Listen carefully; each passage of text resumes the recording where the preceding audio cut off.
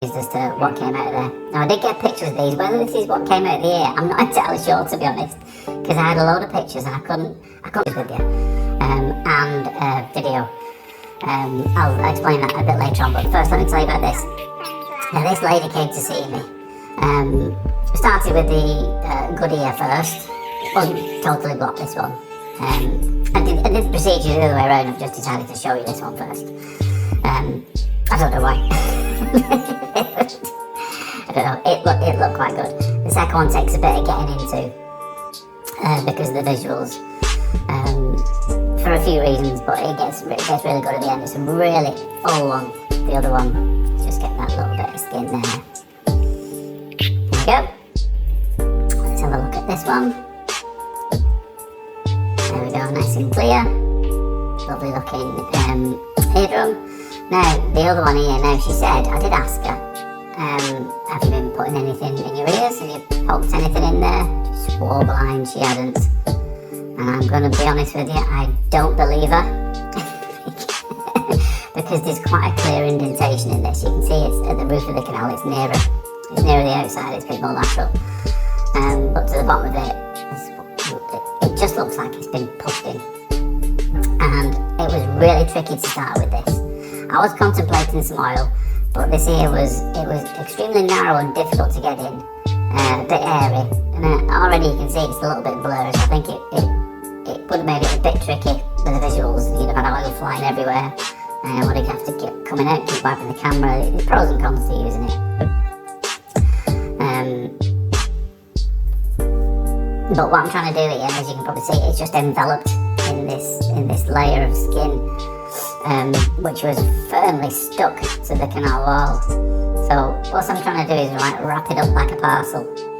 You peel it away from all the outer edges, which is pretty much what I've done now. And I was hoping it would just all come with that, but it didn't. It was a faff.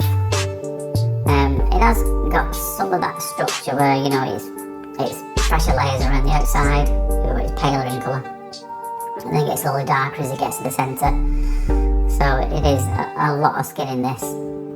I think what happened there, the start of the rubber started just to come through those layers of skin. It's got a little bit stuck on the outside there. The majority of all earwax is skin that's shedding out the ear, which a lot of people don't realise when they come. They're all like, oh, why have I got all that skin in my ear? Well, you have skin in your ear, don't you? It's got to get out somehow. It normally gets out itself, but in some instances it doesn't, like this. And here's where it was starting to get a little squeaky at times, but I'll be honest, you couldn't hear a thing because it was so impacted and so full. If it was uncomfortably loud, you know, I keep checking with the patient.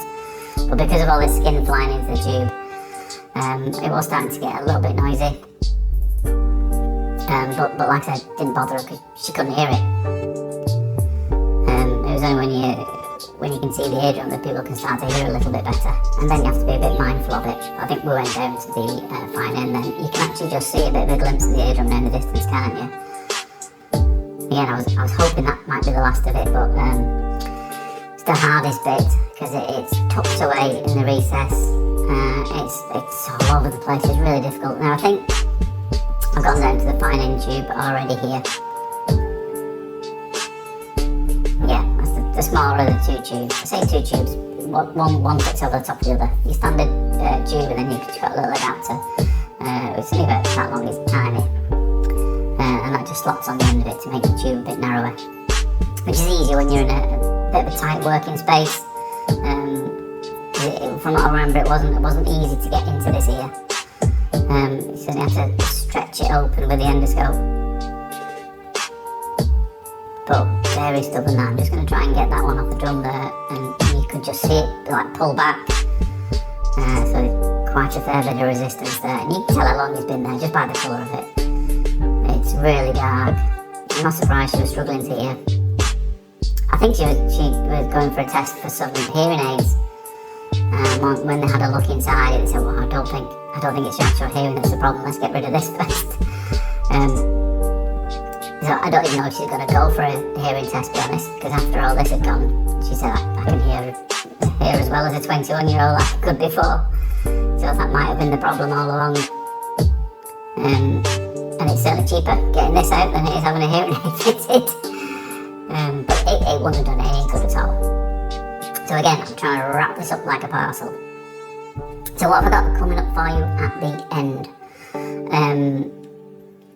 Now, I get asked quite a lot about Mrs. Richard. Oh, by the way, someone keeps saying Nurse Richards or Nurse Richard. That's my first name. My second name is Isherwood. My surname isn't Richard. That's my first name. I just wanted to clear that up because I know some people I think it's my surname, but it's not. It's not Richard. It's my first name. Isherwood is my second name. I think it comes from of Sherwood. So whether my ancestors were related to the Merry Men and Robin Hood, I've no idea. Maybe it comes from the Sherwood Forest. Who knows? I've never really looked into it in great detail.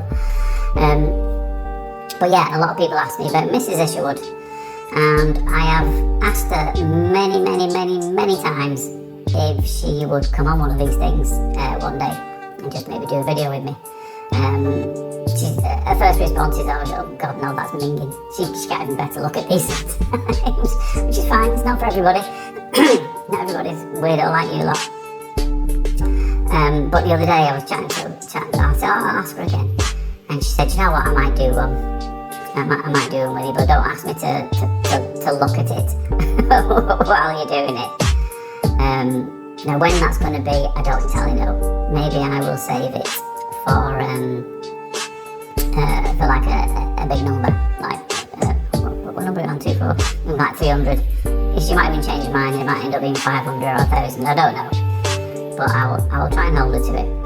So if there's any questions you want to put to Mrs. Isherwood, then feel free. And maybe when we do come round to doing it, I will put those to her. But what I've got at the end of here, I've got some pictures of us all. So some are always wondering, oh, what is it? I've shared some pictures in the past. But some still do ask. In fact, a lot. So we want to see Mrs. Isherwood. So I've got some pictures at the end. Some of our wedding day as well. There is, we made a video, like a pop music video, a rock music video. We actually won it as a prize, as part of our wedding. It was called Marioke. So what I'll do, I'll attach a link to that at the end of the video, so you see the pictures. Now, as you can see, while I've been waffling on, we've finally managed to get that out. And she was amazed as to what came out of there. Now, I did get pictures of these. Whether this is what came out of the ear, I'm not entirely sure, to be honest, because I had a load of pictures and I couldn't